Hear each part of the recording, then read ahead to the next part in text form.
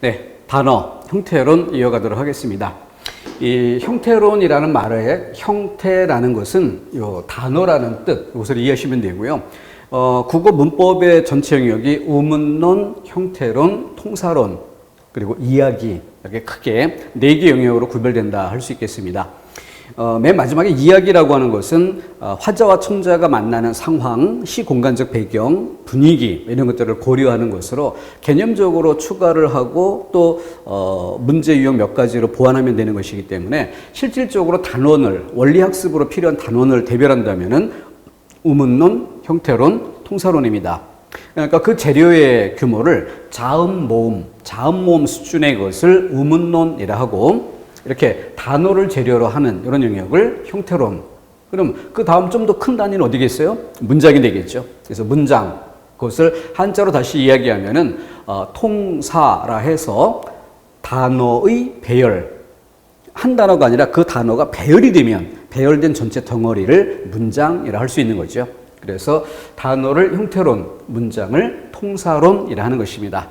그리고 이 단어를 재료로 하는 영역에는 크게 3개의 항목으로 다시 나눌 수가 있는데 첫 번째는 품사론, 명사, 대명사, 동사, 형용사 이 품사를 다루는 것이 첫 번째 영역이 되겠고 두 번째는 이 형태론의 근간이라 할 수 있는 형태소라고 하는 좀 다소 어렵게 느낄 수 있는 부분이기도 한데 정리해주면 아주 깔끔하게 마무리가 되는 한번 정리하는 것으로 완성도를 확실하게 갖출 수 있는 그런 단원입니다. 형태소를 중심으로 하는 그런 개념들이 한 덩어리를 이루고 또 그 다음에는 조어법, 단어 만들기. 그래서 실질적인 의미를 지닌 재료와 문법적인 요소라 할 수 있는 접사 이런 것들이 만나는 것을 파생어, 또 실질적인 형태소와 또 다른 실질 형태소가 만나서 새로운 단어를 이루는 방법, 이것을 합성어, 그래서 파생어, 합성어, 이런 그 단어 만들어가는 방법, 이걸 다루는 것을 조어법이라고 합니다. 이렇게 3개 영역으로 나눠집니다. 자, 그러면 먼저 품사 영역부터 살펴가도록 할게요. 자, 먼저 한자 부수는 좀 개수를 좀 줄여서 배치를 해보도록 합니다. 먼저 본 내용들이 모양 중심으로 좀 여러 개, 한 시간 안에 좀 여러 개를 보는 모양 중심이었기 때문에 대략 낯익혀두는 그런 정도여도 충분했기 때문이고요. 여기서부터 이제 실질적인 뜻 이런 것들이 많이 가미가 됩니다. 자, 손수와 털모 역시 그 모양 중심인데 방향, 이 삐침의 방향이 왼쪽으로 간 손수와 그리고 오른쪽으로 삐침이 가기 때문에 손목의 움직임이 좀 자연스럽게 갈 수가 있죠. 그래서 길게 삐침이 이루어지게 됩니다. 이게 털모 이런 차이점이고요. 그 다음 말무, 이 어미 모자는 점점. 그래서 이 어미 모자를 쓸 때 점점 이렇게 찍히는 것을 어머니가 아이에게 젖을 먹일 때 그 젖이 떨어지는 방울이다, 이렇게 설명하는 견해가 있죠. 근데 이 말무라는 글자는 점이 아니라 위에서 아래로 쭉 내려근 획이 차이점입니다. 모양만 대략 이해해 두시면 좋겠고 나중에 글자 속에서 그 쓰임에 대해서 좀 풀어가도록 보완하겠습니다. 이런 글자들이 그 글자 속에 들어갔을 때 부수의 모양이 어떻게 바뀌는가. 지금 이 가는 털호라는 글자에는 요 글자 아래 부분, 여기에 털무자가 들어간 걸 볼 수 있죠. 이걸 빼면 바로 요 입구자만 빠진 상태에 높을 고라는 글자를 기본에 둔다. 그러니까 이 고라는 글자에서 초성의 자음이 없는 그런 상태에서 다른 도금, 호. 그래서 나중에 도금할 때 같은 운통의 글자라는 것으로 설명할 기회가 있을 겁니다. 떨칠불이란 글자 속에 손수는 글자 왼쪽 변에 놓일 때 이렇게 3개 획으로 이렇게 표현이 됩니다. 물론 이런 형태 말고 내려서 밑에 막아주고 왼쪽에서 내려근 이런 형태로 쓰이는 경우도 있어요. 그래서 부수의 모습 바뀜, 손수의 모양이 어떻게 바뀌었는가 하는 것만 보아주시면 되겠고요. 다음 손톱조와 오의 과라는 글자, 언뜻 보면 비슷해 보이기도 하고 헷갈리는 것이 아주 많은 그런 글자인데 이걸 분리를 해보죠. 이렇게 해서 왼쪽의 획과 오른쪽의 획을 분리합니다. 오이고도 역시 마찬가지예요. 왼쪽의 획과 오른쪽의 획을 분리합니다. 그리고 가운데 있는 부분을 따로 떼어놓고 생각한다면은 손톱조는 그저 삐침 하나예요. 삐침 하나. 그런데 오이과란 글자는 이런 모양이 되는 거죠. 이렇게 따로 떼어놓고 본다면은 글자가 전혀 다른 이런 글자임을 알 수 있습니다. 그래서 파자가 중요한 거예요. 파자를 해놓고 보면은 이게 확연히 다른 이런 글자인데 이걸 글자 전체 모양 중심으로 이미지 중심으로 이렇게 가다 보면은 어리어리하게 그게 그거인 것처럼 헷갈리는 이런 경우가 많습니다. 그래서 파자라는 것 자체가 우리 시험에 중요한 건 아니지만은 글자 하나하나를 알아가는 공부 과정에서는 아주 중요한 이런 방법이라는 것 익혀두시면 좋겠습니다. 뭐 밭전자야 뭐 따로 설명할 필요는 없겠죠? 그 정도. 다음 소우 날생. 자, 이 글자는 여기 그 앞에서도 한번 언급한 바가 있었는데 요 사람 인자가 획이 변형이 되었을 때 이렇게 해서 수평 방향으로 획이 그어지는 것과 또 약간 꺾어서 쓰는 획, 이런 두 가지 형태로 변형이 된다 이렇게 보시면 되겠고, 그래서 별명, 우리가 공부할 때 암기를 쉽게 하기 위해서 별명을 붙여본다면은 이것을 뭐 사람 인자에 기대서 다리 뻗은 인, 옆차기 할 때 다리를 쭉 뻗은 것처럼 그렇게 글자를 이해해도 되겠고, 이거는 무릎을 굽힌 옆차기 하기 직전 자세, 다리를 쭉 뻗기 직전의 자세라고 봐도 되겠죠. 그래서 옆차기 인, 돌려차기 인 이렇게 해도 되는 것이고, 별명은 내가 공부하기 쉽게 만드는 게 중요한 것이니까 다리 뻗은 인, 꺾은 인 해도 좋습니다. 자, 아무튼 인이라는 부수 이것의 획 변형으로 이해하시면 되겠고, 이걸 빼고 나머지를 보세요. 그러면 소우자는 이렇게 열, 10. 그리고 날생자 같은 경우에는 흑토 이렇게 하면 되죠. 그래서 열, 10은 10이라는 숫자, 100이라는 숫자, 1000이라는 숫자, 완성을 뜻하기도 하고 많다 이런 뜻을 나타내기도 하고, 또 소우자는 기본적으로 어떤 물건을 대표하는, 아니면 우리 집의 재산을 대표하는 뭐 이런 의미로 쓰이기도 하죠. 그러니까 많은 물건, 여러 물건의 대명사다, 이런 의미로 이해하셔도 좋습니다. 날생, 사람은 흙에서 난다, 이런 의미로 날생자를 기본에 두고 이해해 주시면 될 것입니다. 자, 그래서 그런 것들이 글자 속에 들어가서 쓰이는 모습, 소자 위에 지붕을 얹었기 때문에 외양관이 되는 거죠. 소가 사는 집, 이런 뜻으로. 그리고 또 이 나을 산이란 글자, 생자를 빼고 나머지를 보면 위에 설립자가 중심축이 된다는 것을 볼 수 있을 겁니다. 이렇게 파자를 해서 글자를 이해하면 오래 기억할 수가 있어요. 다음, 이 글자들을 밑에 배치한 이유가 뭘까요? 방금 전에 이야기했던 것처럼 이 획을 떼어낸다고 생각해 보도록 하십시오. 떼어낸다. 그러고 보면은 앞서 날생자가 흑토자를 기반에 둔다고 설명드렸던 것과 마찬가지로 큰 대자죠. 역시 큰 대자야. 근데 큰 대자가 위에 획이 막힌 것과 위에 획을 뚫고 올라간 이런 차이, 이것이 두 글자의 차이가 되는 것이고, 이 글자는 어떻습니까? 나무목이 다르죠.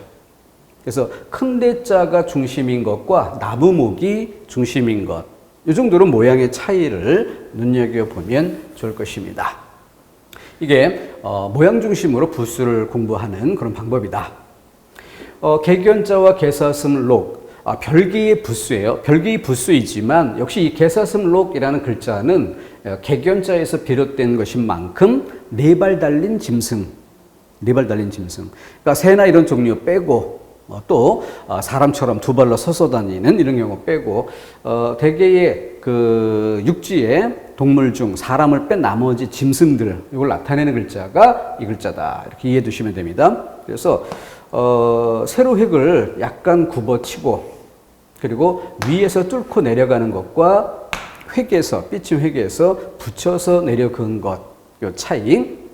그래서 이런 것들이 뭐 돼지시 뭐 등등 이런 글자들 속에 들어가고, 여러 가지 글자 속에 동물을 나타내는 의미로 사용이 됩니다.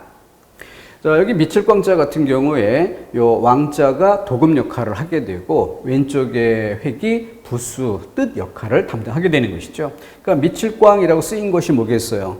바로 왼쪽의 것이 네 발 달린 짐승이고 그 짐승들이 가지는 성질. 예를 들어 마음이라고 생각해 보세요. 사람의 마음, 짐승과는 달라야 되겠죠. 그러니까 이 미쳤다라고 하는 것은 사람이 사람다운 마음가짐을 가진 것이 아니라 그런 정신세계가 아니라 짐승과 같은 상태가 돼 있는 이걸 미쳤다라고 보는 것이죠. 그래서 미칠광자에 이 글자가 쓰이게 됩니다. 의미 발전 단계로 보면은 짐승 자체를 나타내는 1차적인 그런 의미로부터 이거는 한 3차 의미가 확장이 됐을 때 쓰이는 이런 단어를 예로 들어보인 것입니다. 자, 부스 몇 개 모양 중심으로 비슷한 모양의 것을 견주어 볼 수 있게 이렇게 소개를 드려봤습니다. 참고하시고요. 본진도 들어갑니다. 자, 우리 교재 교재 내용 쓸 때는 교재와 그 진도를 맞추기 위해서 꼭대기에 이렇게 페이지 수를 좀 같이 기재해 보도록 하겠습니다. 우리 교재 32쪽의 내용을 그대로 캡처했어요. 그렇기 때문에 지금 검은 바탕에 흰 글씨로 쓰는 게 아니라 이렇게 반대로 흰 바탕에 검은 글씨로 된 거는 책의 이미지를 그대로 따왔기 때문에 그렇습니다. 보기 좀 불편하다 하더라도 여러분들이 직접 책을 보시면서 보면 되는 거니까 여기에서는 세세하게 글자 읽으려고 하지 마시고 그냥 몇 페이지에 어디쯤의 내용이다 라는 것만 윤곽을 잡을 수 있도록 제가 책을 펼쳐놓고 책으로 눈이 갔다가 또 칠판으로 왔다 하면은 번잡하고 시간도 낭비가 되는 측면이 있기 때문에 미리 설명을 매끄럽게 끌어갈 수 있도록 배치한 것에 지나지 않습니다. 한번 읽어볼게요. 품사의 개념. 기능, 형태, 의미에 따라 문법적 성질이 공통된 단어끼리 분류하여 묶어놓은 단어의 걸레를 품사라 한다. 이런 설명은 읽어도 사실 아는 등 마는 등 이해가 된 듯 아닌 듯 좀 그렇죠? 그냥 습관처럼 그냥 쓱 읽고 지나가도 괜찮아요. 보완하면 되는 것이니까. 아무튼 이런 걸 뭐 품사를 개념적으로 설명했다. 그냥 가볍게 이해해 주시고 거기 근데 어쨌든 세 개로 얘기했어요. 기능, 형태, 의미에 따라 이렇게 했어요. 이건 바꿔 이야기하면 품사를 분류할 때, 나눌 때 세 가지 기준이라 할 수 있겠죠.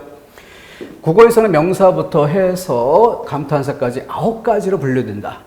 가끔 제가 수험생들한테 질문해 볼 때도 있어요. 국어의 품사가 몇 개인가? 라고 얘기하면 의외로 많은 숫자의 사람들이 8품사라고 얘기하는 경우가 있습니다.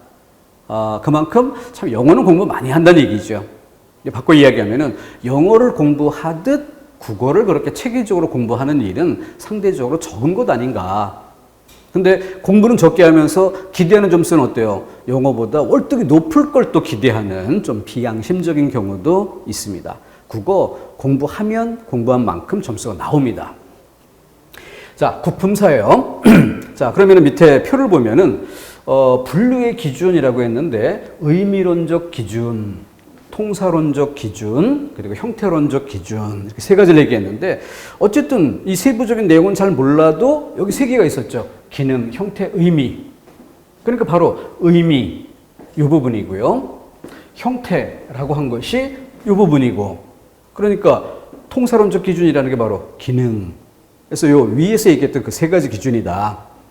그러면은 쉽게 이렇게 생각해 보도록 하죠. 여기서는 가변어와 불변어 두 개밖에 안 되니까 요거 한번 간단히 짚어보기로 하고요. 그럼 하나 형태론적 기준 부분을 빼낼 수 있겠죠. 그러고 나면 두 가지가 남는 겁니다. 그러니까 가변어, 불변어 기준을 보면은 글자 그대로 가변이라는 것은 이 변화가 가능하다. 이걸 의미하는 거죠. 모양이 바뀔 수 있다. 근데 그 가변어라고 이야기한 부분에 쭉 따라가 보면 용언이 있어요. 용언하면 우리가 잘 알고 있는 건 뭐가 있습니까? 어미, 활용. 용언이라는 단어 하나가 예를 들어 먹다라고 하면은 먹다 이렇게만 쓰이는 게 아니라 어미 떼고 바꿔서 먹고 이렇게 이어지는 문장으로 가기도 하고 먹습니다. 높임말을 쓸 때의 마무리 방식 이런 다양한 어미를 붙일 수 있는 걸 활용이라고 하죠. 그러니까 그것이 모양이 바뀌는 것 가변어구나. 근데 동사, 형용사가 그렇다는 건 당연히 이해하는데 요 위에 또 묶여 있죠. 관계언, 조사. 조사가 가변으로 묶인 부분이 있네요. 근데 자세히 보면은 요 묶인 부분이 어때요? 위로 묶인 부분이 있어요. 그거는 불변어란 뜻입니다. 그러니까 조사는 탄력적인 거구나. 전체적으로 대부분의 조사가 10개가 있다. 그럼 9개는 불변어예요. 단어의 모양이 바뀌지 않는. 내가라고 할 때 주격조사 가, 밥을, 목적격조사 을, 이런 것들은 변화하지 않습니다. 근데 여기에 가변어 쪽에 살짝 묶인 게 뭘까? 서술격 조사라는 게 있기 때문인데요. 서술격 조사는 책이라고 하면 그 뒤에 서술격 조사를 보통 이, 다라고 하는데 우리가 쓸 때는 이하고 다를 이렇게 괄호 안에 넣어서 이, 다 이렇게 많이 씁니다. 그 이유가 뭐냐면 요 다 부분은 떼어내고 다른 걸로 갈아 끼울 수 있다는 거죠. 즉 동사, 형용사처럼 어미 활용이 될 수 있는 독특한 조사, 서술격 조사 하나가 끼어 있기 때문에 그래서 이렇게 탄력적이라고 본 것입니다. 자, 그것 정리하면 불변어는 대부분의 단어가 불변어다. 가변어는 동사, 형용사, 어미 활용하는 동사, 형용사가 가변어다. 거기에 예외로 시험 문제를 굳이 여기서 한번 출제해보고 싶다면 그 거리는 조사 중에서 서술격 조사. 그러니까 시험 문제는 한 2개 정도만 연습해보면 되겠죠. 뭘까요? 명사 아니면 부사. 명사, 부사. 그러면은 불변어 확실한 것들이죠. 그럼 가변어가 확실한 동사 이렇게 넣었으면 사지태기령에서 답은 하나여야 되니까 2개가 불변어가 확실한데 가변어가 확실한 동사가 있다. 그럼 수험생들에게 헷갈릴 수 있게 애매하게 넣어주는 건 뭐야? 조사. 그러면은 이미 불변어가 2, 가변어가 1. 그럼 답은 하나인 가변어로 답을 해야죠. 그러니까 그 애매한 조사는 어디로 가야 돼? 상대적으로 불변어 쪽으로 묶어주면 되죠. 근데 동사를 빼버리고 얘마저 불변어인 단어가 답지에 들어왔어. 그럼 그때는 탄력적으로 봐야 할 조사를 가변어 쪽으로 구분해서 그렇게 답을 할 수 있도록 하면 되겠죠. 이런 것들은 그런 식으로 연습, 문제 대표성을 띠는 문제 2개 정도만 배치하면 개념 정리 완벽 끝. 이렇게 정리가 되는 겁니다. 싹 무시하고 그래서 통사론적 기준, 기능론적 기준으로 체언, 용언, 관계언, 수식언 이런 따위 그냥 대충 이미지를 언으로 끝나는 5개 이렇게 이해하세요. 언으로 끝나는 5개. 그럼 의미론적 기준이라고 했는데 이 의미론 한번 굳이 풀어보자면 명사는 이름씨. 그러니까 사물의 이름, 사람의 이름 이렇게 이름을 붙이는 종류의 단어라는 의미. 그런 그룹을 묶어서 명사. 그럼 동사는 말 그대로 움직시, 움직임이죠. 움직임. 그래서 움직임을 나타내는 단어들. 근데 꽃이 예쁘다 이런 단어들은 이름도 아니고 동작, 움직임도 아니죠. 그러니까 이런 경우는 성질과 상태를 표현한다 라고 해서 성질과 상태라는 말을 딸리 표현해서 형용이라고 붙인 거죠. 그래서 형용사. 자, 이런 것들을 의미론적 구별이라고 합니다. 그렇게 구품사가 있는데 쉽게 말해서 사로 끝나는 9개, 언으로 끝나는 5개. 똑같은 단어들인데 단어들을 분류하는 방법, 분류하는 기준이 이렇게 2가지가 있더라. 앞으로 이걸 중심으로 해서 내용을 살펴가도록 할 것입니다. 자, 기본적인 맛보기를 했으니까 조금 복잡한 내용을 가볼게요. 이게 좀 선명도가 조금 떨어지는데 참고 파일 올려드리도록 할 테니까 잘 깔끔하게 프린트 하시고 가능하면은 코팅도 하세요. 코팅도 해서 이렇게 목걸이처럼 메고 다니는 건 좀 흉할라나? 그런 걸 하지 말고 그러면은 어쨌든 책갈피처럼 이렇게 끼워서 적어도 다른 단어는 아니어도 문법 단원과 국어생활 이런 맞춤법 등등 이런 부분을 공부할 때까지는 그런 대로 요거를 자꾸 꺼내볼 수 있도록 하면은 좋지 않을까 이렇게 생각을 합니다. 자, 여기 이 그림 안에 제가 굉장히 많은 정보를 다 집어넣었어요. 여기 한번 볼까요? 32쪽에서 57쪽. 우리 교재에 32쪽부터 57쪽이면 굉장히 많은 분량이잖아요. 이제 남은 부분 문법 끝까지라고 생각을 해도 됩니다. 그만큼 많은 부분의 이 도표가 관련돼 있어요. 자, 벌써부터 공부 시작하기도 전에 복잡하다, 어렵다 이런 생각하지 마시고 부딪혀 볼 일입니다. 한 방에 완벽히 이해하면 얼마나 좋겠어요. 근데 난 도저히 이해 못하겠다. 그래도 괜찮아. 왜냐면 매번 볼 거니까. 또 엊그제 또 그 공들이 카페에 질문이 올라왔는데 이렇게 보니까 제가 공부할 때 제시해드렸던 이런 내용에 대해서 다 암기를 해야 되나요? 라는 질문이 있더라고요. 암기하면 좋잖아요. 근데 그거를 굳이 질문을 올렸다는 건 뭐야? 암기하기 싫다는 정서가 깔려 있는 거지. 괜찮아요. 자꾸 보면 되는 거니까. 그래서 암기 안 되는 거를 억지로 암기하려고 해야 스트레스만 커집니다. 그런 거는 그냥 과감하게 복사하세요. 프린트하고 가위로 오려가지고 모니터 앞에다가 스카이 테이프 하나 붙여주고 그렇게 해서 자꾸 보다 보면 지가 머릿속에 안 들어오고 배기겠습니까? 자꾸 보면 되는 거예요. 그러니까 날 잡아서 머릿속에 한 방에 집어넣으려고 스트레스 받을 필요 없다는 얘기입니다. 반복하는 게 좋습니다. 가볍게 보면서 여러 번. 자, 여기 기준이 잘 보세요. 잘 보시면은 1, 2, 3, 4, 5, 6, 7, 8, 9, 10 해서 이렇게 덩어리를 쭉 나눴는데 품사별로 다 배열하는 걸 큰 틀로 삼았지만 9개 품사를 그냥 일일로 늘어놓은 건 아니에요. 왜냐하면은 4번을 보면 이 4번 한 자리에 명사, 대명사, 수사가 한 덩어리로 들어 있습니다. 그거를 기능론적 분류, 이 문장 속에서의 어떤 역할인가라는 걸 놓고 따질 때는 5가지 언어로 끝나는 분류 기준이 있죠. 체언, 용언, 수식언. 일단 3개만 기억해요. 체언, 용언, 수식언. 그 중에 명사, 대명사, 수사를 체언이라고 부르는 겁니다. 그렇게 5개 언어로 끝나는 거를 요 맨 윗줄에다 배치를 해봤어요. 체언, 수식언, 체언, 수식언, 용언. 그래서 우리 문장을 가장 단순한 우리말의 문장이 뭘까요? 주어 서술어죠. 영어도 마찬가지입니다. 주어 서술어. 그럼 그 주어 서술어를 여기라고 생각해 보세요. 여기가 주어 자리. 이렇게. 주어 자리. 그리고 여기가 서술어 자리. 그러면 지금 덩어리가 4개죠. 주어와 서술어를 중심축으로 했을 때 그 앞에 뭐? 수식어. 그 앞에 수식어. 이렇게 되는 거예요. 그러니까 여기 예문 중에 새 책이 매우 좋다라고 할 때 책이 좋다. 책이 좋다. 주어 서술어. 이걸 중심축으로 이해하세요. 근데 그 책이라는 주어를 앞에 새 책이라고 꾸미는 말이 나오죠. 여기 꾸미는 말. 좋다라는 말 앞에 매우 좋다. 꾸미는 말이 또 나오죠. 좋다라는 말 앞에 매우 이렇게. 자, 그런 부분을 우리는 수식언이라고 해서 이렇게 4개 덩어리를 써주면 우리말 문장의 기본적인 윤곽을 다 잡을 수가 있어요. 자, 그런 다음 언어로 끝나는 그 5가지였죠. 근데 지금은 3가지만 일단 기억하자고 했습니다. 왜냐하면 독립언이라는 게 있는데 독립언은 하나의 문장 구조 내부의 짜임과는 무관하죠. 그래서 따로 동떨어져 있으니까 독립언이에요. 이름 자체가. 감탄사, 이런 것들. 그러면 독립언으로 뺀 거니까 문장의 질서를 이해하는 것에는 도움이 안 돼. 무시해도 돼요. 그럼 4개가 됐죠. 5개에서. 그 중에 조사.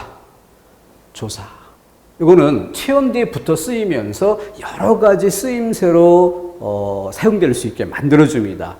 그러니까 여러 가지 쓰임새로 갈 수 있는 거를 다른 말과 다른 말에 관계를 맺어준다라고 해서 관계언이라고 하는데 이 관계언이라는 말을 이 언이라는 분류체계로 가다 보니까 언이라는 이름의 설명이 필요한데 관계언이라고 분류한 것 안에 품사가 여러 개가 있으면 관계언이란 말로 설명해 줄 때는 관계언이란 말을 써주고 조사라고 설명할 때는 또 품사, 사를 붙여 설명해 주고 이런 거 따로따로 쓰면 돼요.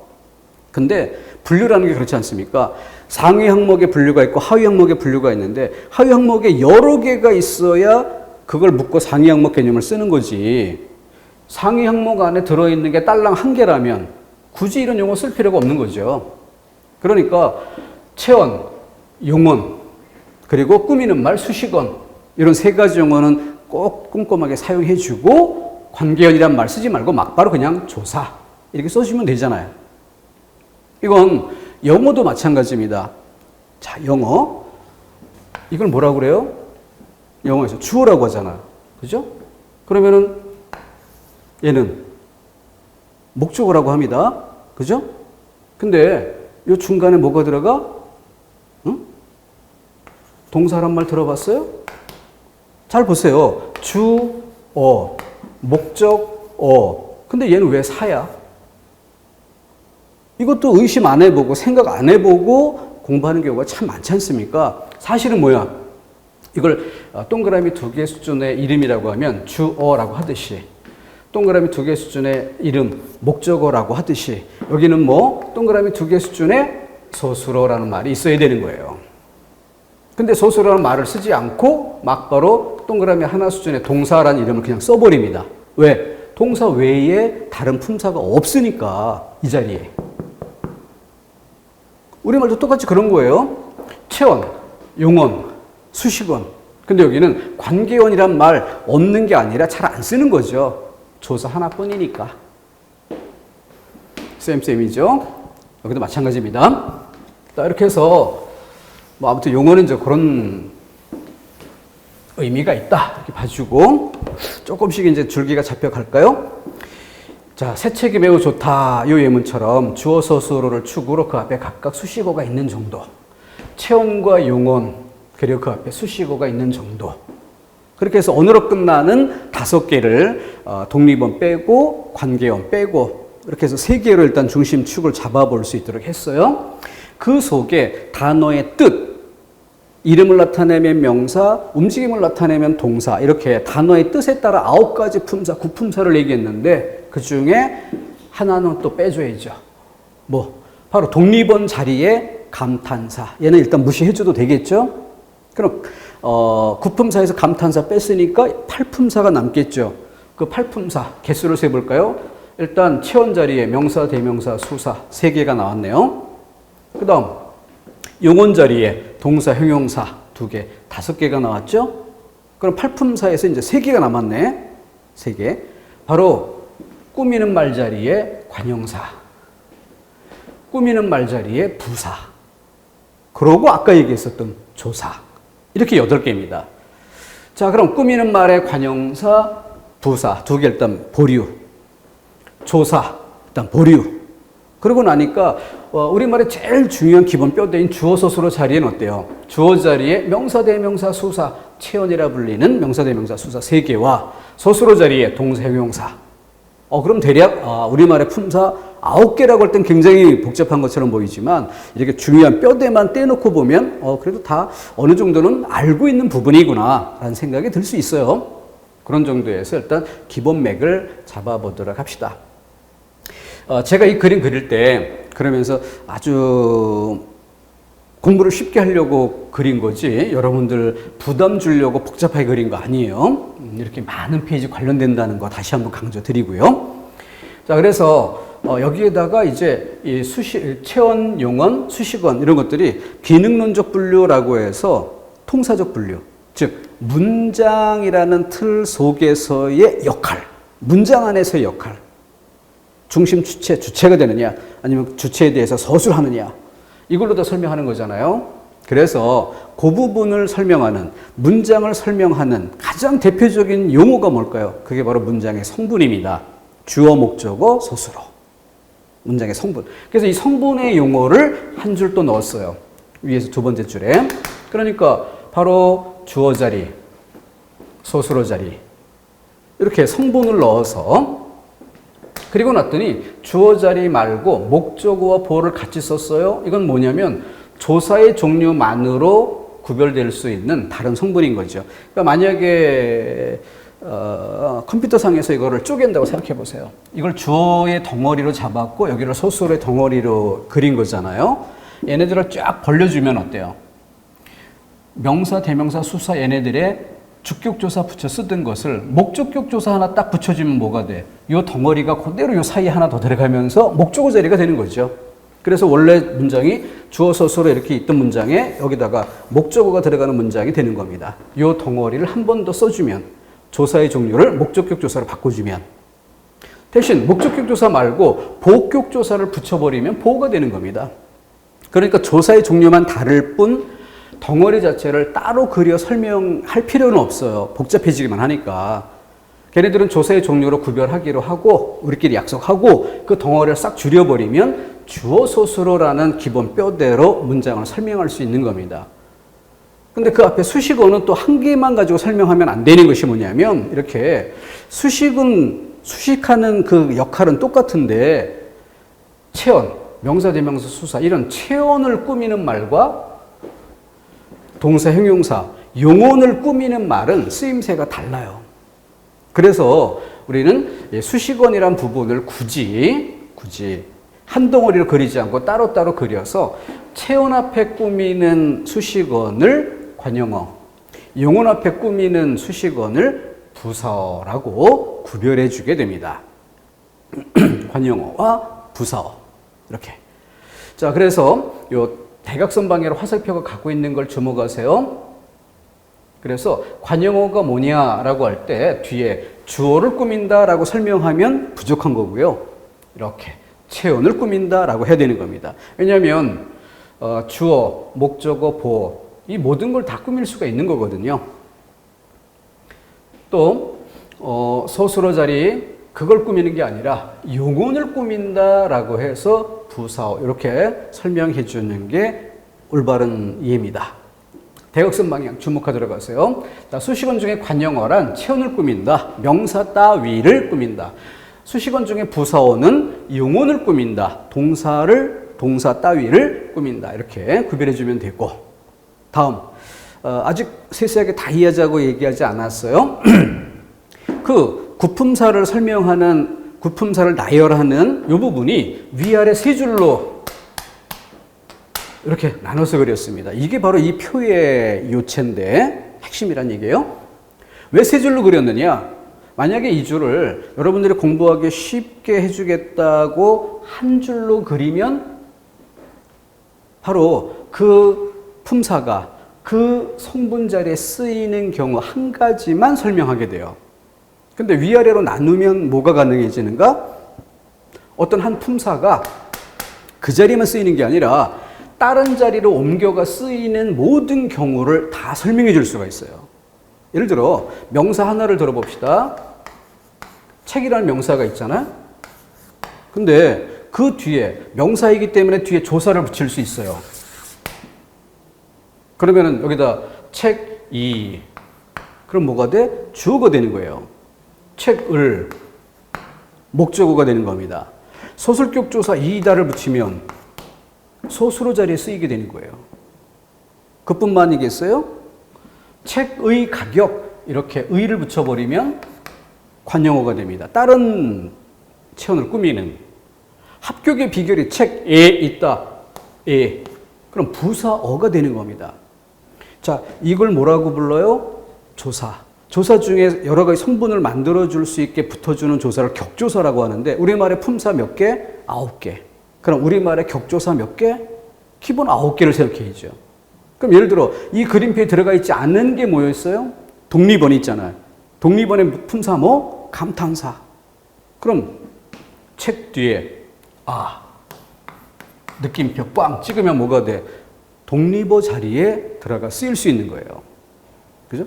이렇게 어떤 조사를 붙이느냐에 따라서 9개 품사가 놓일 만한 그 9개 자리에 어떤 조사를 붙이느냐에 따라 이 책이라는 명사는 다 갈 수 있어요. 자, 그거를 이쪽으로 오면은 수평 방향. 여기 명사 책 뒤에 조사 뭘 붙였느냐에 따라 원래 자기 자리, 주어 자리, 목적어 자리, 보호 자리 여기에만 쓰이는 게 아니라 이렇게 관용어 자리에 이렇게 부사어 자리에 이렇게 동사 형용사들이 주로 쓰이는 서술어 자리에 얘가 다 갈 수 있는 겁니다. 그렇게 명사 하나가 여러 가지 성분 자리에 다 쓰일 수 있는 경우를 한 줄에 그려서 이 가운데 줄을 명사 자리, 명사가 다른 성분 자리에 가서 쓰일 수 있는 경우의 모습을 다 보여주자. 그럼 정반대의 경우로 주어 자리가 아니라 서술어 자리인 즉 용언, 어미가 활용되는 그런 동사, 형용사 자리 얘네들은 어떨까? 똑같은 방식으로 여기는 뭐예요? 부사어 자리예요. 여기는 주어, 목적어, 보호 자리예요. 여기는 다른 체온을 꾸미는 관용어 자리입니다. 근데 이런 자리에 뭐가 동사 형용사가 다 갈 수 있다는 거예요. 그래서 세 번째 줄은 용언의 자리, 두 번째 줄은 체언의 자리, 그럼 첫 번째 줄은 수식언의 자리. 맨 왼쪽에 써 있잖아. 그래서 수식언 자리, 관형사, 부사가 있고요. 체언 자리니까 체언, 체언, 체언, 체언이 문장 속에서 어떻게 쓰이는지. 세 번째는 용언 자리니까 얘가 주인공이죠. 그래서 얘가 다른 자리로 갈 때 어떻게 쓰이는가. 이걸 다 보여주는 겁니다. 놀라운 그림 아니겠어요? 굉장히 좋은 그림입니다. 그래서 친해져야 돼요. 근데 나 국어 시간에 이런 건 난생 처음 본다. 너무 복잡하다. 이런 선입견만 갖지 말고 이거를 이해하면은 이 많은 페이지가 풀린다는 거. 이 많은 페이지가 다 이걸로 설명이 되는 거예요. 그러니까 한번 친한 척이라도 한번 해보는 거죠. 근데 처음에는 거짓으로 친한 척 했는데 자꾸 그렇게 하다 보면은 정드는 거죠, 뭐. 그렇게 해서 조금씩 이해가 될 겁니다. 그러고 나면 문법 박사가 되는 거죠. 적어도 뭐 논문을 쓸 건 아니지만 주변에 공부하는 수험생들에게 다 설명해 줄 수 있는 이거는 이렇게 하고 깔끔하게 설명도 가능해지는 그 귀한 그림표입니다. 또 친절하게 제 강의의 모토 중에 하나가 친절이거든요. 그래서 이렇게 예문은 다 넣었잖아요. 깔끔하게 줄 맞춰서 여기 1번 여기 1번 밑줄 쳐서. 그러니까 이 예문 속의 밑줄은 여기를 설명하는 예시. 그죠? 여기 4번 자리 기차에 밑줄 쳤어요. 여기 4번 자리 요것의 예시. 그 밑에 건 5번 이런 식으로. 그러니까 여기 세 번째 줄 보면 낡은이라고 되어 있네요. 풀어보면은 요 기본의 중심에 뭐가 있어? 낡다라는 형용사죠. 원래 여기에 쓰여야 할. 근데 그것이 이렇게 위치를 옮겨서 수식어 중에 관용어 자리에 와 쓰이는 거예요. 그러니까 관용어 자리에 오려면 모양새라도 관용어 다음 모양으로 바꿔줘야죠. 여기 명사가 옮길 때 어때요? 여기 주어 자리 쓰일 때는 주격조사 만나지 않습니까? 그러던 얘가 이렇게 관용어 자리에 오려면 관용어 자리에 올 수 있게 관형격 조사를 만나야 오잖아요. 부사격 조사 만나야, 서술격 조사 만나야 여기 쓰이는 거잖아요. 똑같이 용언이 움직일 때도 체언이 움직일 때 조사를 만나듯 용언이 움직일 때 어미를 만나죠. 그 어미가 어떤 어미? 관용어 자리에 와야 되니까 관형사형 어미. 부사어 자리에 와야 하니까 부사형 어미. 그럼 여기 주어 자리에 올 때는 주어형 어미 이런 이름이 있으면 되는데 여긴 또 이름이 살짝 달라지죠. 왜? 주어 자리, 목적어 자리, 보어 자리 성분이 여러 가지가 되니까. 그러니까 굳이 뭐 주어형 어미, 목적어형 어미, 보어형 어미 이렇게 따로 쓰기가 불편하니까 이걸 간단하게 쉽게 설명하려고 주어 자리, 목적어 자리, 보어 자리에 가장 흔히 쓰이는 품사가 뭐냐? 명사더라. 그래서 명사형 어미 이렇게 이름을 써준 겁니다. 그러니까 문법 용어가 복잡한 것처럼 보이지만 잘 뜯어보면 복잡한 게 아니라 뭐예요? 좀 더 쉽게 이해할 수 있게, 단순하게 이해할 수 있게 이름을 정해준 것이구나 하는 걸 알 수 있습니다. 그래서 관형사형 어미, 부사형 어미, 그런데 여기는 주어형, 목적어형 이렇게 쓰지 않고 명사형이라고 쓴 겁니다. 그래서 동사 형용사였던 낡다의 은 붙여서 낡은 책을 꾸밀 수 있게. 여기는 만나다라는 동사에 명사형 어미 기를 붙여서 만나기. 그러니까 적어도 모양새가 품사가 명사인 건 아닌데 모양은 명사처럼 생기긴 했죠. 만나기. 보다라는 동사는 용언 자리에 쓸 때 모양인데 보기 하면 내가 너 보기라고 할 때 보기. 명사처럼 모양새가 바뀌잖아요. 그러니까 뒤에 명사처럼 조사를 또 붙여. 너 보기 가. 그러고는 좋은 얘기를 해야 되는데 역겨워. 뭐 이런 안 좋은 얘기하는 시도 있잖아요. 자, 그런 것처럼 그래서 주어 자리, 목적어 자리, 보호 자리 이렇게 갈 수 있게 모양새를 바꿔줍니다. 그렇게 또 용언을 꾸미는 부사어 자리에 쓰일 수 있게 부생어미를 붙여주는 것도 있고, 이 정도만 이해합시다. 다시 이제 큰 줄기만 다시 반복하고 넘어갈게요. 단어를 분류하는 세 가지 기준 중에 가변어, 불변어 빼고 의미론적 분류, 사자 붙이는 9가지 품사. 그리고 기능론적 분류라고 해서 문장 속에서의 역할이라고 해서 체언, 용언, 수식언 3개만 이해해도 다 이해한 거나 마찬가지죠. 독립언 빼고 관계언 빼고 3개만 이해하면 우리말 문장 거의 다 이해한 겁니다. 근데 사실 체언, 용언, 수식언 이런 얘기도 사실은 그다지 뭐 활용도가 높진 않아. 왜 체언, 용언이란 말을 썼느냐? 굳이 따져보면은 이렇게 주어, 목적어, 보어를 3가지를 다 따로따로 얘기하느니 한 번 묶어서 얘기해주면 더 편하지 않을까? 그래서 이제 체언이라는 얘기를 만든 거고, 동사, 형용사 이런 얘기를 자꾸 하기가 그러니까 용언이라고 한 번에 말할 수 있게 단순한 이름을 정해준 겁니다. 근데 그거를 한번 살짝 바꿔주면 뭐가 된다? 문장의 성분, 주어, 목적어, 서술어 이렇게. 그래서 문장 성분. 그리고 그 안에 이제 어떤 품사들이 배열되느냐? 근데 그거는 한 자리만 쓰이는 게 아니라 다른 자리로 갈 수 있게 만들어주는 거죠. 아까 책이라는 단어 하나 가지고 9개 품사의 자리에 뭐 우리말에 7개 성분 하면 7개 성분 자리에 다 보내줄 수 있다라고 했을 때 조사 7개만 붙여주면 다 보내줄 수 있는 거 아니에요? 그죠? 주어 자리, 목적어 자리, 서술어 자리 등등등. 근데 만약에 이 조사가 없었더라면 어떤 일이 벌어질까요? 조사가 없었더라면 영어 생각해 보세요. I, my, me, mine 글자 모양이 다 달라지잖아. I, my, me, mine. 근데 우리는 어때요? I, 나 뒤에 가 붙이면 되고, me, 나 뒤에 를 붙이면 되고, 이 모양은 안 변하면서 뒤에 조사만 딱딱 바꿔주면 되는 거예요. 그러니까 우리는 예를 들어 1000개 단어가 있다. 그러면은 조사 7개만 딱 붙여주는 순간에 7000개 단어로 쓰는 거예요. 근데 영어는 I, my, me, mine처럼 쓴다면 어떻게 되는 거야? 1000개 단어를 7000개처럼 쓰려면 1000개 암기하는 게 아니라 7000개 각기 다른 모양을 암기해야 되는 거예요. 그러니까 영어 공부의 기본은 늘 단어 암기 아닙니까? 우리 국어 공부의 기본은 단어 암기겠어요? 그게 아니라 이 질서를 이해하는 겁니다.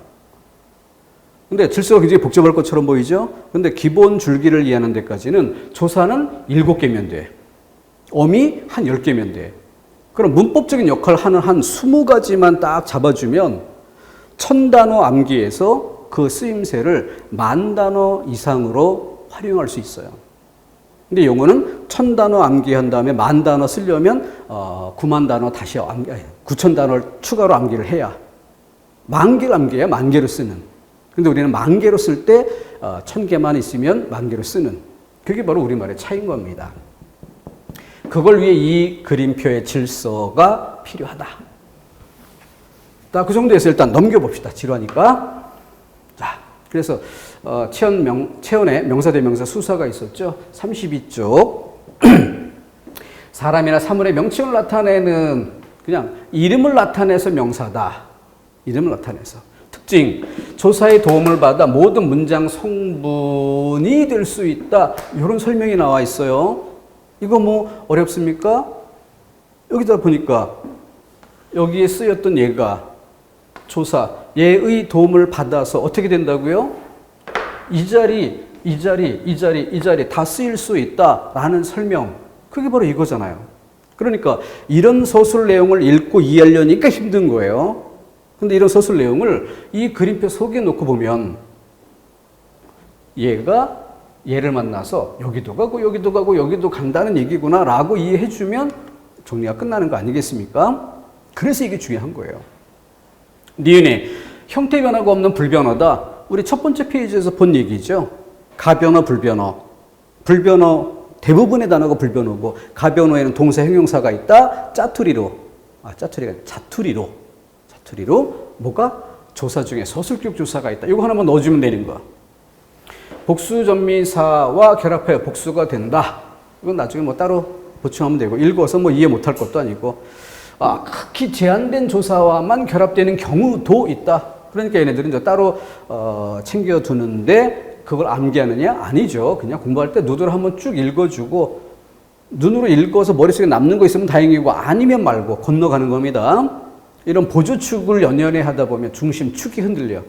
중심축만 이해하면 되고 그것은 이 그림표 속에서 맥을 잡아주면 됩니다.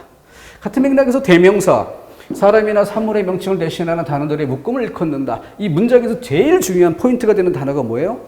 대신하는. 그러니까 명사란 이름이 뭐야? 명, 이름명. 이름을 내용으로 하는 단어들의 집합이 명사다. 그럼 대명사는 글자 그대로 그 명사를 요건 무슨 뜻? 대신한다. 이렇게 이해하면 되는 거죠. 명사를 대신한다. 그래서 철수 대신해서 그는 바보다. 철수를 할 자리에 그라고 대신하는. 자, 명사의 특징과 동일하지만 관형사의 수식을 받을 수 없다. 자, 이런 얘기를 어디에서? 여기서 이해하는 거죠. 대명사를 설명하는데 뭐라고 읽었어요? 대부분 명사와 그 성질이 같다. 근데 관형사의 수식을 받을 수 없다. 여기서 이제 꼼꼼히 공부하는 사람은 이렇게 이해하는 겁니다. 명사의 특징과 동일하지만 관형사의 수식을 받을 수 없다. 관형사의 수식을 받을 수 없다. 이걸 요 그림표로 갔을 때 어떻단 얘기야? 자, 명사가 꾸밈을 받을 때 어때요? 세 가지가 있어, 이렇게. 그럼 똑같이 거의 비슷한 듯한데 등호는 아니고 약이라고 해주면 되죠. 그럼 얘는 뭐냐? 방금 전에 뭐라고 읽었어요? 관형사의 수식을 받을 수 없다. 앞에 것 중에 안 되는 게 뭐야? 관형사, 이 수식을 받을 수 없다. 이게 차이점이에요. 명사는 좀 오해하니까 이거 지우고 대명사에 동그라미 치고 관형사의 수식을 받을 수 없다. 그럼 바꿔 이야기하면 얘네들은 된다는 얘기 아니야. 그러니까 원래 여기에 올 수 있었던 명사가 여기에 와서 관역격 조사를 만나는, 예를 들어 너, 관역격 조사, 의, 이렇게. 그럼 대명사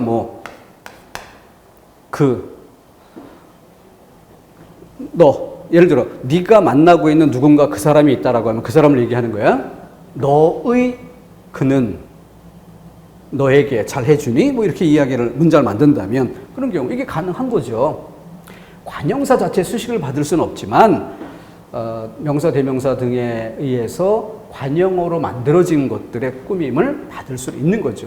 이런 차이가 아주 디테일하고 심화된 이런 부분인데 그런 것 자체도 이렇게 문장을 그냥 따로따로 이해할 때 어려워 보일 수 있지만 이 설명들을 그 표에다 넣고 보면 이게 그런 얘기구나라는 걸 훨씬 쉽게 이해할 수 있는 겁니다. 그래서 이 표 복사하고 코팅하라는 얘기예요. 그래서 스카이테이프로 코팅도 한 서너 개 해도 돼. 그래서 모니터 옆에다가도 이렇게 자대고 플라스틱 자대고 테이프로 붙여가지고 거기다 이렇게 늘어뜨려서 모니터 속에 어떤 문제를 풀거나 공부할 때 항상 옆에 볼 수 있게 그렇게 해주면 부담 덜 수 있고, 또 코팅 하나 해서 책갈피에 넣어두고 문법 페이지 넘겨볼 때마다 꺼내서 이렇게 보고 자연스럽게 이해됩니다. 복잡하다고 생각하지 마시고 쉽게 이해할 수 있는 물리적 환경을 만드세요. 그러면 쉬워집니다. 이 많은 페이지가. 자, 그래서 다시 대명사 대신하는, 그랬을 때 그 특징, 관형사의 꾸밀 받을 수 없다 등등. 다음 수사, 사람이나 사물의 수량 또는 차례를, 수량 또는 차례 이렇게 두 가지로 설명하고 있기 때문에 밑으로 내려가니까 양수사, 소수사가 있죠. 수량이라는 얘기가 바로 양수사. 수사의 기본이니까 보통 양자 빼고 그냥 수사라고 하는 거죠. 근데 이것과 달리 서수사라는 건 뭐야? 차례, 순서, 순서서. 그래서 서수사. 또 얘네들이 또 시험 문제로 쓰일 만한 건 나중에 이제 맞춤법 할 때 첫째, 둘째, 셋째, 요 글자 표기 이런 것들의 문제에서 또 활용될 일이 있겠죠. 나머지는 특별할 거 없습니다. 어쨌든 명사 얘가 대장이면 그 자리에 비슷하게 대명사, 수사 얘네들도 같은 그룹이다. 같은 패밀리다. 이렇게 맥만 잡아주고 넘어가면 될 것입니다. 대명사에 대한 설명 33쪽, 수사에 대한 설명 34쪽에 있는데 그 부분에 있는 보조 개념들은 나중에 공부하기로 하고 일단 전체 줄기만 잡아가겠습니다. 이 표 속에서 어디를 얘기했을까? 여기였어요. 다음 관계원 조사. 바로 관계연이란 말 별로 쓸 일이 없다는 거죠. 그 안에 조사밖에 없으니까. 영어랑 빗대서 얘기했어요. 영어에서 소수라는 말 잘 안 쓰잖아. 동사만 있으면 되니까. 그죠? 대신에 영어에서 동사 이해할 때 다른 동사들, 여러 가지 움직임을 나타내는 동사들 이런 거 다 빼고 영어 공부할 때 이 영어 문장을 이해하려고 할 때 제일 먼저 핵심적으로 다루는 게 뭐예요? 바로 비동사 아니겠어요? 비동사. 그 비동사가 왜 필요할까?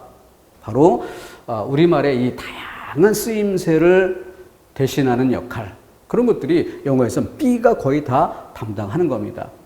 그러다 보니까 아무데나 막 비동사가 들어가는 이런 잘못된 습관이 만들어지기도 해요. 워낙 중요하고 빈도가 높다 보니까 영어 문장 속에는 다 비동사가 항상 있어야 되는 건 줄 알고 뭐 아무데나 그냥 is 이런 것들 막 주어 다음에는 항상 습관처럼 막 쓰는 그런 일도 생길 수도 있다는 얘기입니다.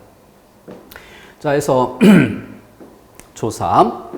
스스로 자립하지 못하는 의존 형태의 수로서 이건 다음 타임에 얘기하면 될 거고요. 주로 체온에부터 그 말과 다른 말과의 문법적 관계를 나타내거나 그 말의 뜻을 도와주는 여기서 주로 체온에부터 이 얘기를 어디? 조사. 주로 체온에부터. 주로 체온에부터. 근데 왜 주로라고 했을까? 체온이 아닌 거에도 붙을 수 있다는 거죠. 바로 이런 동사, 형용사. 걔네들이 명사형 어미를 만나 모양새만 명사처럼 생김새만 바뀐 건데 그 뒤에 또 붙을 수 있는 거죠. 자, 여기 보세요. 너 만나기가 매우 어렵구나. 만나다라는 용언이 명사형 어미 기를 만나서 생김새만 명사처럼 생긴 거야. 그 뒤에 조사가 붙지 않습니까? 명사 뒤에만, 체온 뒤에만 붙는 게 아니라 다른 데도 이렇게 붙을 수가 있는 경우가 있으니까 그래서 이렇게 설명한 것이죠. 자, 그래서 주로 체온에부터.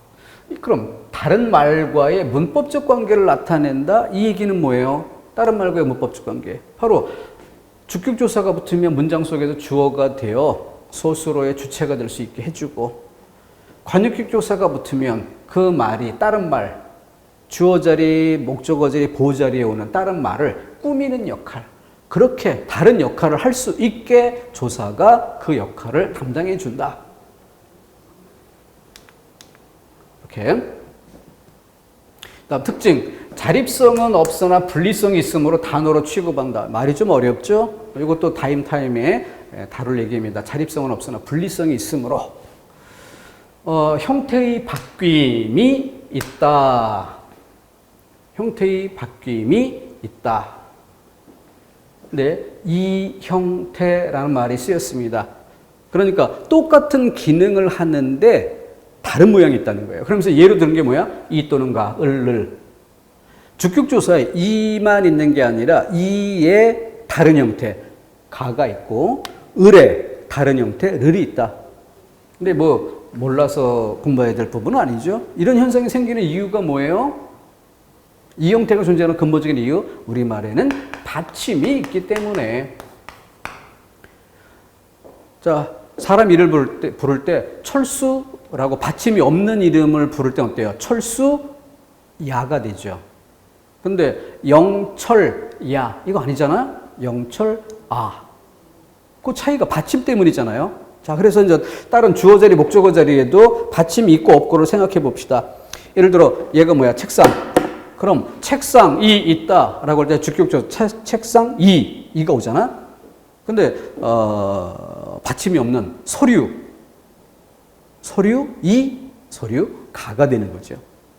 그러면 목적어 자리에 갔을 때 책상을, 서류를 이렇게 을을 이가 차이가 생기는 이유는 뭐 때문에? 받침 때문에. 받침이 있고 없고이 때문에 이 형태가 있다. 관역조사는 없다. 그런가? 책상의, 서류의, 책상의 무게, 서류의 내용. 이 받침 있고 없고의 차이가 없이 그냥 다 의를 붙일 수 있네요. 그 얘기지. 그렇게 확인해주면 정리 끝. 간단하잖아요. 문법 공부 별거 없습니다. 이거를 다 서술형으로 풀어놓고 그걸 이해시키려고 하니까 설명도 난잡하고 듣는 이도 짜증나고 그런 것이지. 아까 그 질서에 넣어보세요. 슬슬 이 표가 고마워 보이려고 하지 않습니까?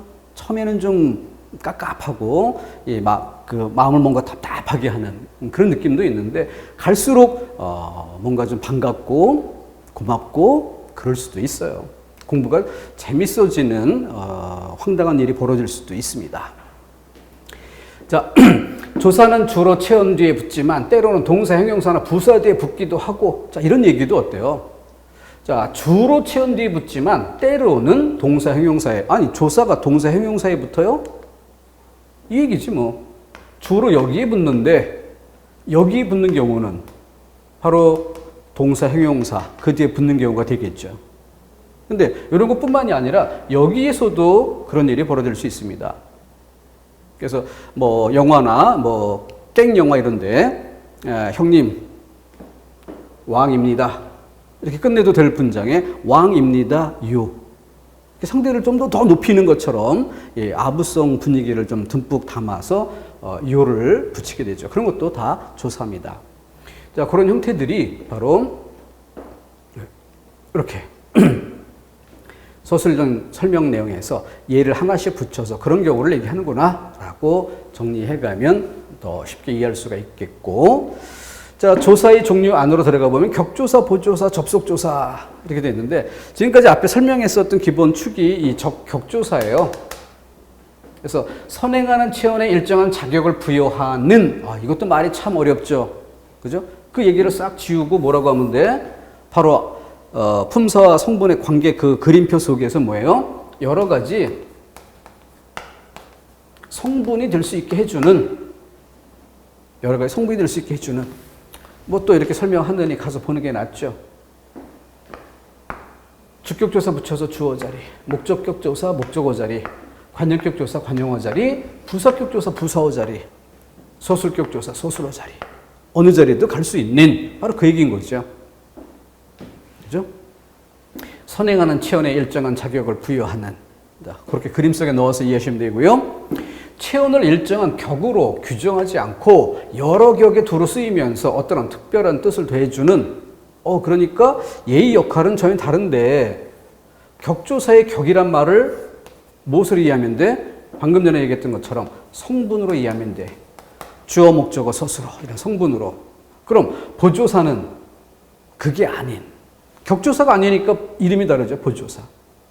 근데 잘 읽어보면 제일 중심이 되는 내용이 뭘까요? 체온을 일정 격으로 규정하지 않고 이 얘기를 어떻게 이해하면 돼? 기억에서처럼 성분을 표시해 주지 않고, 성분을 표시하는 게 아니고, 이게 아니고, 그죠? 여러 격에, 자, 격이란 말을 바꾸면 성분, 여러 성분에 두루 쓰이면서 어떤 특별한 뜻을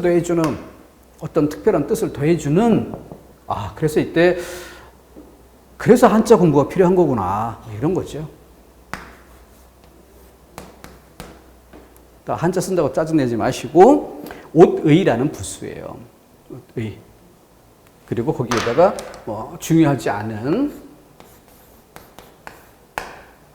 얘는 보라고 읽히거나 포라고 읽히는 도금 역할을 하는데 그 뜻은 여기에 있어요. 근데 이 옷이라는 게 있죠. 자, 아주 첫 번째 가장 초보적인 단계에서는 옷이라는 사물이에요. 물건. 근데 세컨드로 가면 이것이 옷이 찢어진 경우를 생각해 볼 수가 있고요. 빵꾸 나는 경우를 생각해 볼 수가 있어요. 그러고 나면 그에 대한 대처 방법, 해결 방법이 있어야 되겠지. 찢어진 것을 어떻게 꿰매면 되는데 빵꾸 난 건 어떻게 돼요? 그냥 꿰매면 안 되죠. 우그러드니까. 오그라드니까. 그게 아니라 뭐야? 새로운 천을 덧대고 꿰매야 되죠. 그래서 이런 단어의 뜻이 다시 또 이렇게 한 단계 확장이 되면 뭐가 돼? 여기는 수리하다, 고치다 이런 뜻으로 발전을 해요. 근데 이런 경우는 수리하다, 고치다 이런 뜻이 아니라 부족한 것을 보충하다 이런 뜻이 되는 겁니다. 부족한 것을 보충하다, 채워주다. 그게 바로 이 글자예요. 그래서 뭐가 부족해? 뜻이 부족해. 그것을 더해 준다. 이런 뜻이에요. 한자는 놀라운 역할이 있지 않습니까? 그러니까 한자도 공부해주면 좋아요. 자, 보조사의 보가 그런 뜻이구나. 빵꾸난 것을 채워주는 그냥 그것을 뜻을 더해주는 일단 거기까지만 이해하시고요. 나머지는 나중에 접속조사 와 또는 과 접속 A와 B 둘을 이어주는 그런 정도로만 맥을 잡고 건너가겠습니다. 자, 이 속에서 조사의 역할을 읽어봤습니다. 용언 문장의 주체를 서술하는 기능을 가진 말을 일컫는다. 한 줄 읽었으면 기본으로 넘어가서 이 주어에 대해서 뭘 한다? 서술한다. 그냥 쉬운 말로 설명한다. 주어에 대해 설명한다. 이렇게 이해하시면 되겠고요. 다음 여기 36쪽에 있습니다. 36쪽. 용언의 구조 짜임새는 어떻게 됐느냐? 이거 뒤에서 그림으로 풀어 설명드리도록 할게요. 어간이라는 게 있고 선어말어미라는 게 있고 어말어미가 있다. 그러니까 크게 나누면 뭐야? 어간. 뒤는 다 묶어서 어미인데 이 단어 전체의 맨 끄트머리에 놓이니까 어말. 맨 끝에 놓이니까 어말. 그런데 얘는 그 어말보다 앞에 있으니까 선어말 뭐 이렇게 이름이 붙은 거죠.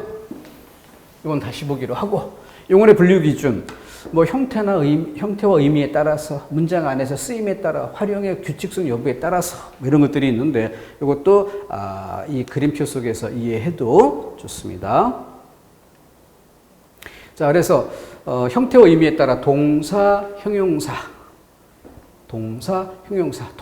동사는 동작, 움직임, 형용사, 성질, 상태.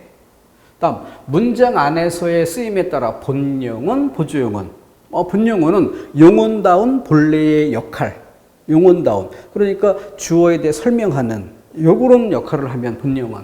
그럼 보조용어는 보조한다. 주어를 설명하는 역할이 아니라 뭔가 보조한다. 그러니까 이 보조용어는 밑줄 치고 옆에다가 바로 앞에서 살펴봤던 보조사와 유사하다. 보조사와 비교 이해 이렇게 써주면 좋습니다. 보조사가 뭐였었죠? 뜻을 더해주는. 뜻을 더해준다는 얘기는 격조사가 아닌, 즉 성분을 표시하는 기능이 아닌 뜻을 더해주는 것처럼 보조용어도 그와 유사하다. 이렇게. 또 활용의 규칙성 여부에 따라 규칙, 불규칙 이런 얘기가 있는데 이거는 그 다음 페이지에 설명 나오지만 일단 보류하겠습니다. 나중에 이야기를 하고요. 지금은 품사의 큰 줄기를 잡는 것이 주 목표가 됩니다. 자, 동사, 형용사 앞에 설명됐던 거 있으니까 자세한 내용은 나중에 필요하면 사전처럼 보기로 하고 일단은 건너가기로 하겠습니다. 자, 이 부분에 대한 얘기죠. 다시 한번 짚어보니까 이 복잡했던 내용들이 따지고 보니까 여기 첫 번째 줄은 관용사하고 부사, 얘네들이 주인공인 첫 번째 줄이었어요. 두 번째 줄은 체온이 주인공이죠. 얘네들이 주인공인 겁니다.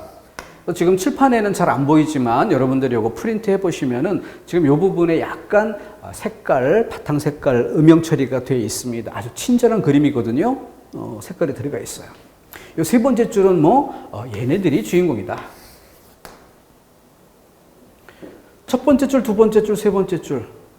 세 번째 줄은 얘가 주인공이야. 왜? 그래서 얘가 같은 줄에 다른 자리로 아까 화살표 그려봤잖아? 어떤 성분 자리든 다 갈 수 있다. 두 번째 줄, 얘 다른 자리 어디든 다 갈 수 있다. 근데 첫 번째 줄은 왜 하나가 아니고 두 개야? 대신에 다른 자리로 갈 수 없다. 관용사는 관용어 자리에, 부사는 부사어 자리에 자기 메인 섹터에 그대로 쓰이는 것이 원칙이지 다른 자리로 가지 않는 게 기본입니다. 자, 그러다 보니까 또 하나의 특징이 뭐예요? 아까 우리가 쭉 많이 설명했지만 다시 짚어보진 않았던 걸 다시 한번 짚어보면 얘는 어느 자리든 다 갈 수 있죠. 얘는 어떤 자리든 다 갈 수 있죠. 얘네들은 못 간다고 그랬어. 그래서 살펴보니까 얘네들이 다른 자리에 다 갈 때 어떤 일이 벌어져? 뒤에 어미가 붙어주잖아. 얘가 다른 자리에 다 갈 수 있다고 했잖아요. 조사가 붙어주잖아. 그러니까 두 번째 줄은 체온자리라고 말할 수도 있지만 달리 얘기하면 조사의 역할을 살펴볼 수 있는 자리예요. 세 번째 줄은 동사, 형용사, 용언자리라고도 할 수 있지만 어미의 역할을 보여주는 자리야. 이걸 우리는 문법요소라고 하죠. 조사, 어미. 그러니까 이 첫 번째 줄에는 조사, 어미 같은 문법요소가 붙어주는 게 없어요. 문법요소가 붙어주는 게 없으니까 다른 자리로 가지도 못해. 이런 차이가 있어요. 자, 다시 한번 살펴보니까 또 그 나름 심오한 뜻이 들어있지요. 이렇게 해서 수식어로 넘어와서 관형사, 부사 꾸미는 말인데 근데 읽어보겠습니다.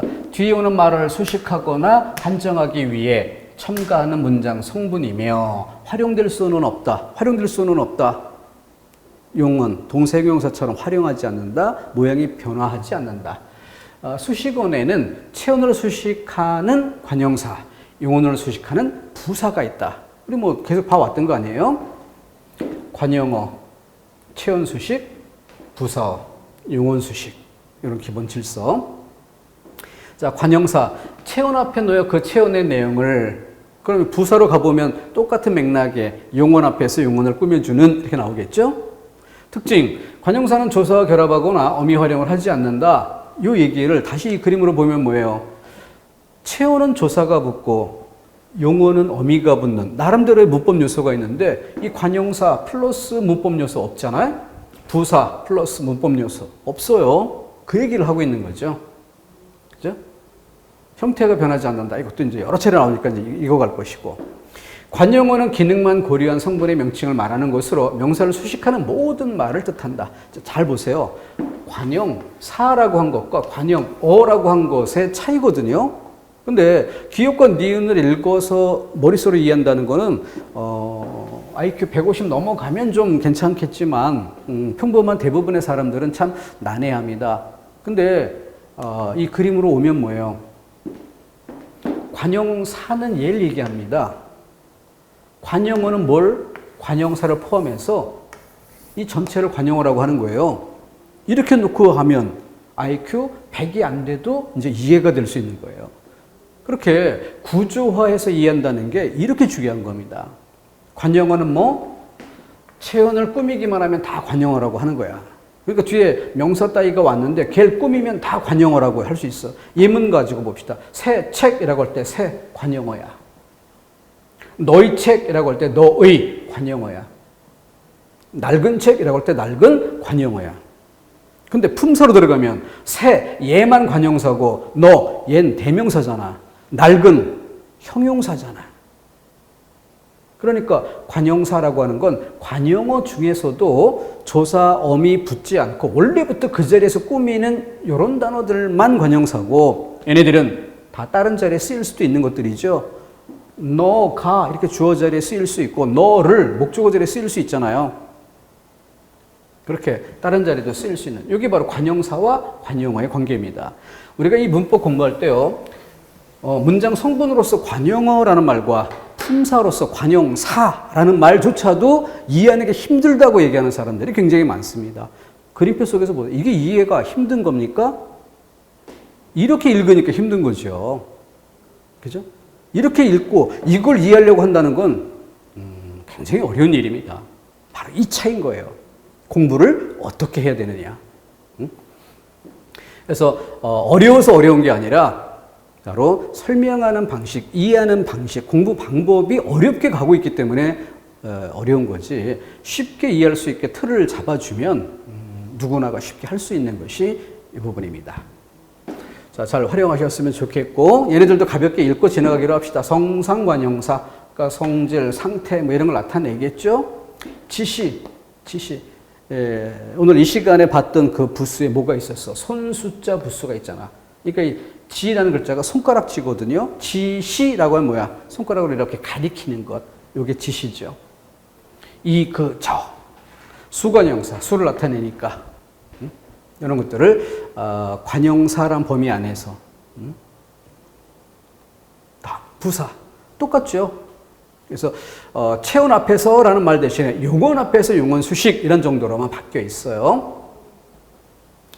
특징도 역시 앞에서 본 것과 같은 맥락이죠. 근데 여기는 이제 성분 부사, 문장 부사 뭐 이런 말이 나오는데, 그러니까 기본적으로 부사니까 뭐 꾸미는 말, 수식언, 주로 이제 용언을 꾸미잖아요. 근데 성분 부사, 문장 부사, 요 대비된 말에 기대서 보면 돼요. 왜 성분 부사라는 말을 쓸까? 부사의 기본은 용언이라는 성분을 꾸며주는 게 기본인데, 근데 그 기본이 아닌 뭐가 문장 부사가 있으니까. 그럼 문장 부사는 뭐 한다는 얘기야? 문장 전체를 꾸민다는 얘기죠. 그래서 요 과연 같은 이런 단어를 예를 들어 보면, 그는 훌륭한 군인다웠다. 이런 문장이 있다고 한다면 주어, 관용어, 그리고 여기에는 체언이지만 뒤에 서술어 쓰이는 경우예요. 자, 근데 과연이란 말을 여기다가 넣을 수도 있고, 여기에 넣을 수도 있고, 여기에 넣을 수도 있고, 여기에 들어갈 수도 있다는 얘기입니다. 과연 그는 훌륭한 군인다웠다. 그는 과연 훌륭한 군인다웠다. 그는 훌륭한 과연 군인다웠다. 그는 군인다웠다. 과연. 어디에 넣어도 쓰일 수 있다는 얘기죠. 그러니까 이때 과연이란 단어는 뭐 문장 전체를 꾸민다라고 얘기를 하는 겁니다. 그거를 이제 문장 부사라고 해서 구별하고, 그렇지 않은 부사의 전통적인 핵심 부분은 하나의 용언을 꾸미는 성분 부사다. 이렇게 이해하시면 되는 겁니다. 이렇게 해서 체언, 주어, 목적어, 보호 자리에 쓰이는 경우의 모습, 조사의 역할 중심으로, 용언 자리, 동사, 형용사, 어미를 만나 다양하게 쓰이는 것 중심으로, 그런 다음에 꾸미는 말들, 관용사, 부사. 꾸미는 말에 공통점은 있지만 꾸미는 대상이 뭐냐에 따라 관용어와 부사어가 나뉘었는데, 그 안에 쓰이는 품사들도 그 맥락 안에 공통점을 가지면서 약간의 차이점이 있다는 것 정도만 체크해 보면 되는 것입니다. 이 정도로 해서 품사가 뭐냐라는 것을 간단히 짚어봤고요. 요거 뒤에 잠깐 끊었다가 보충 개념 이거를 더 붙여서 어떤 기본적인 어려운 거 하는 김에, 낯선 거 하는 김에 또 낯선 것들을 좀 더 마무리 이어가 보도록 하겠습니다. 잠깐 끊었다 가겠습니다.